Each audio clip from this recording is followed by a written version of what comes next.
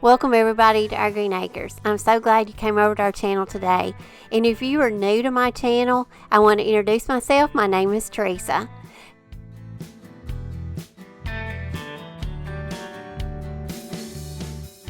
If you haven't joined my Facebook home decor page, I'd love for you to go over and join it. And also go over and follow me on Pinterest and Instagram.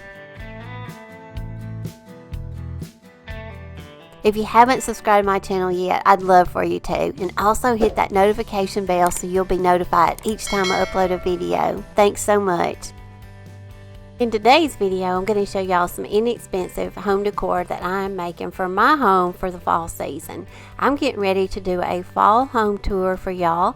So I am just working on projects as I go, things that I already have on hand and some things I have thrifted or I have found at the dollar store. And as always, I hope y'all enjoy the video and you get lots of inspiration and ideas for your home.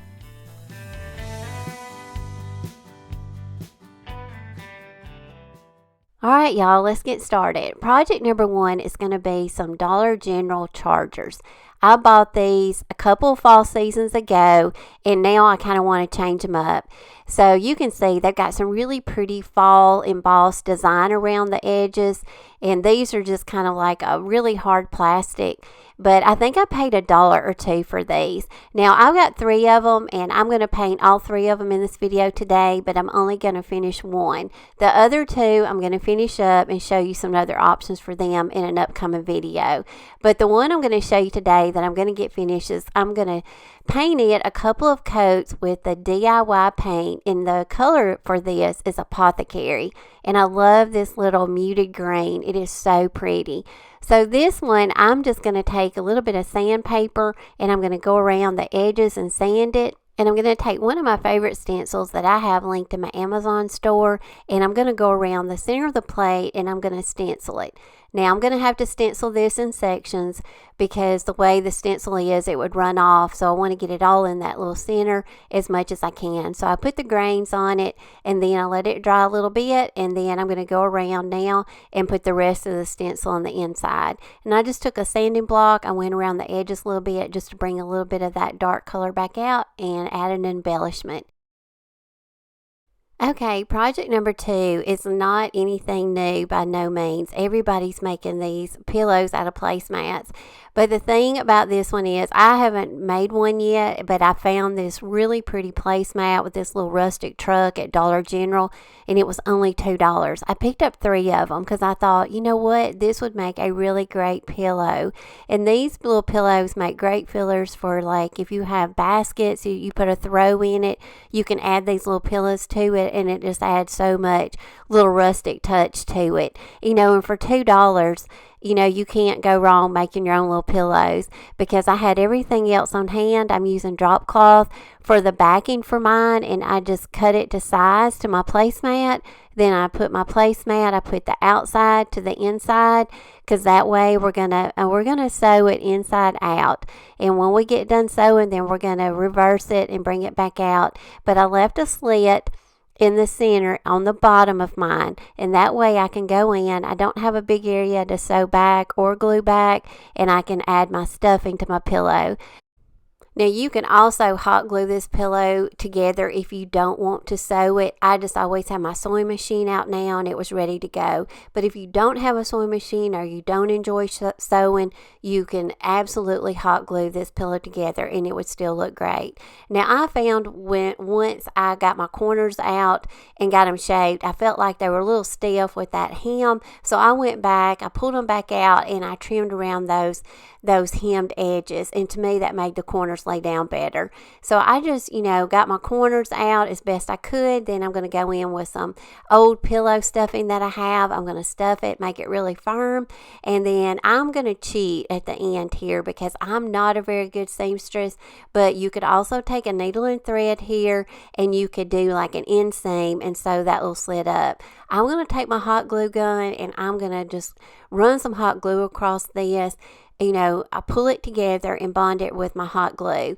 Now, you never know it's hot glued because once you do this, it's on the inside of the pillow and you never see it. To me, this was easier, but like I say, if you're good with a needle and thread and you're good with doing like an inseam, that will work good too. Now, depending on the size of your placemat, because, you can find little cute placemats all over the place. I know Dollar General has some very pretty seasonal ones too. But, it just depend on how big your pillow will be. But this one to me made a good size little pillow, and I can't wait to decorate with it. Okay, moving along to project 3. Now, I made a previous video, and I'm going to link it down below, but we had some leftover pallet wood, scrap pallet wood, and Ben made some pumpkins, or I don't know, cutting boards, whatever. We can use them for cutting boards or pumpkins. But he basically just took 3 pieces of scrap pallet wood. 2 were a little shorter than the center one, and he made a really large one. And I've already embellished and did a video on the other 3 that we made. But this one I still had because it was a bigger piece. And I couldn't decide. I was torn on whether I wanted to paint it, what I wanted to do to it. So I hadn't finished it yet. So now I'm going to go ahead. I decided I don't want to paint this one. I want to leave it in its natural wood state. So I'm just going to add one of my favorite stencils to it. This is also in my Amazon store, and later on in the video I'm going to show you how cute this is styled and just its rustic feel, how well it goes with a lot of my fall decor. Alright, project number 4 is going to be another video that I've already done.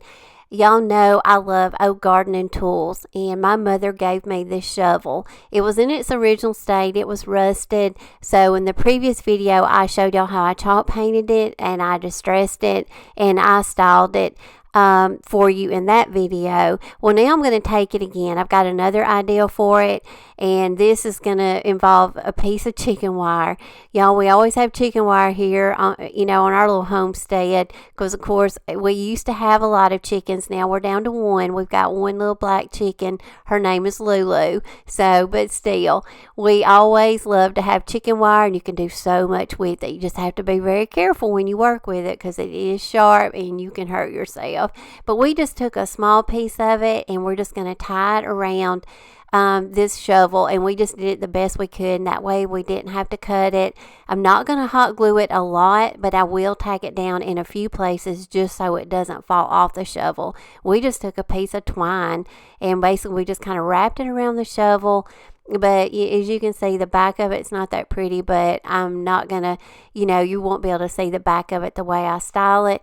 This shovel is very special to me because in my previous video, I told y'all my little 76-year-old mother, she watches my videos, and she saw another video I'd done of some gardening tools, and she's like, well, I've got a no shovel I can give you. So she went out and gave me this shovel.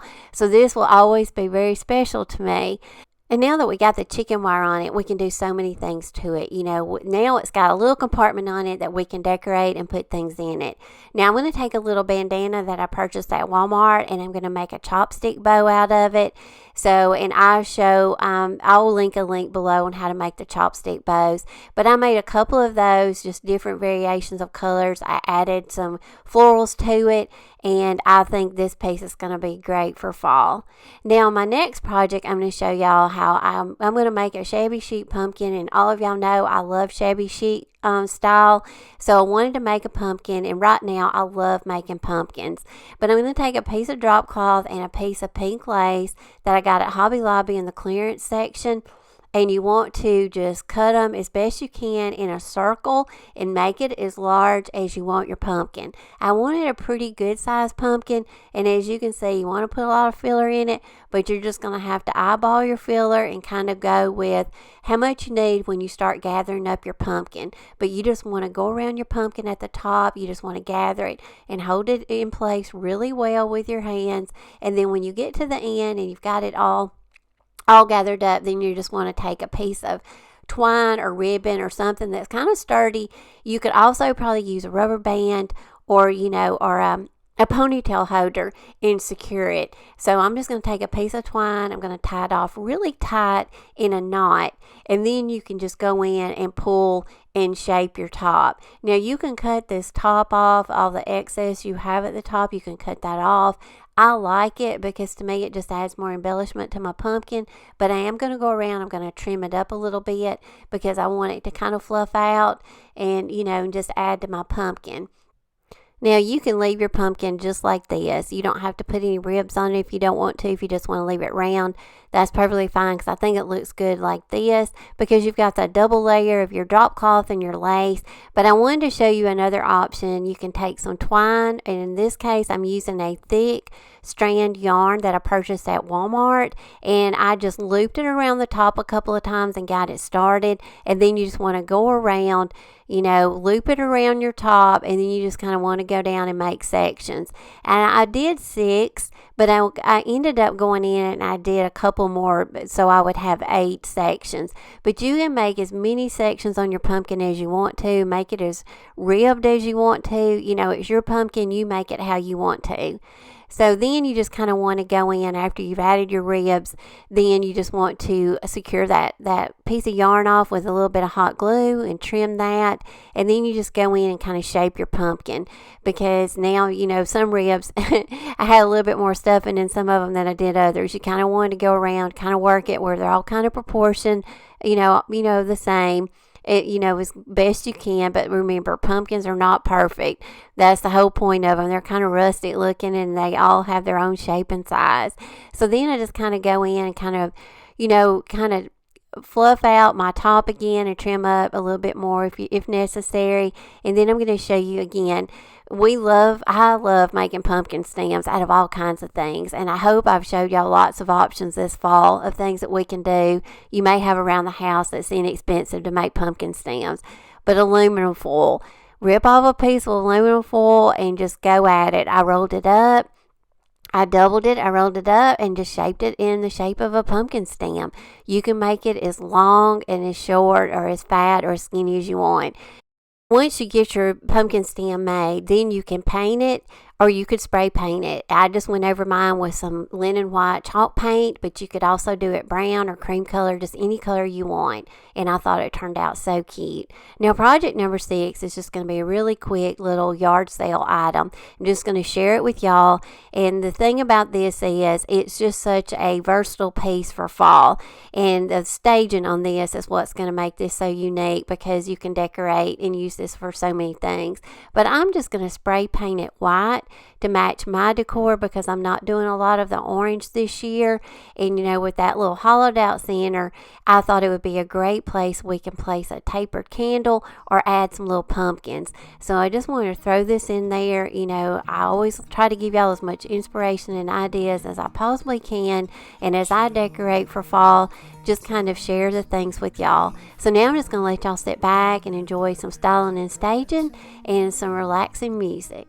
Should old acquaintance be forgot and days of old lang syne for old lang syne, my dear, for old lang syne we'll talk a cup of kindness yet for days of old lang syne.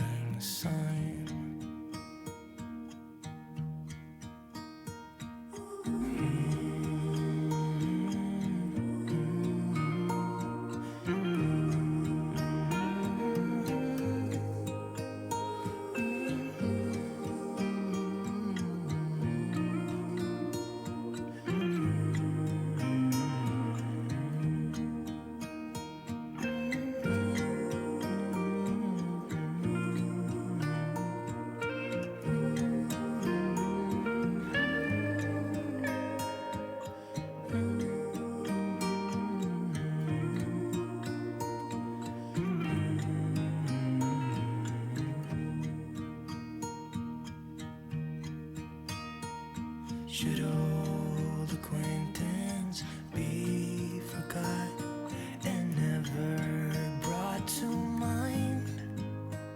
Should old acquaintance be forgot and days of old lang syne? For old Okay, y'all, it's coming to the end of the video again when I have to tell y'all goodbye. I really appreciate y'all for coming over to my channel. And as always, if y'all know anyone that would enjoy these type videos, please share my Facebook home decor page with your friends. You know, also share this video. I'm trying to reach 50,000 subscribers. And I'm almost there thanks to all of you. So if y'all can share it, I would truly appreciate it.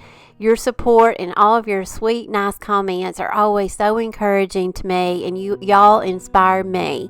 So thank y'all so much for hanging in there with me. I don't know if a lot of y'all know, but my daughter is going to get married this upcoming Saturday. So by the time you watch this video and it goes up live on Saturday, I will probably be at my daughter's wedding. I am the wedding coordinator and I am the mother of the bride.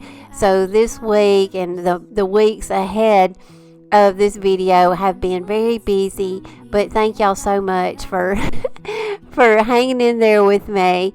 So I will try to get some footage of the wedding. We're hoping to have an outdoor wedding if it doesn't rain, but it's all in God's control, and we'll be inside or outside, whatever He chooses us to do. We will have fun and enjoy it. So as always, y'all, I hope y'all enjoyed the video. I appreciate y'all for coming over and watching, and I will plan to see y'all in my next video. Love y'all.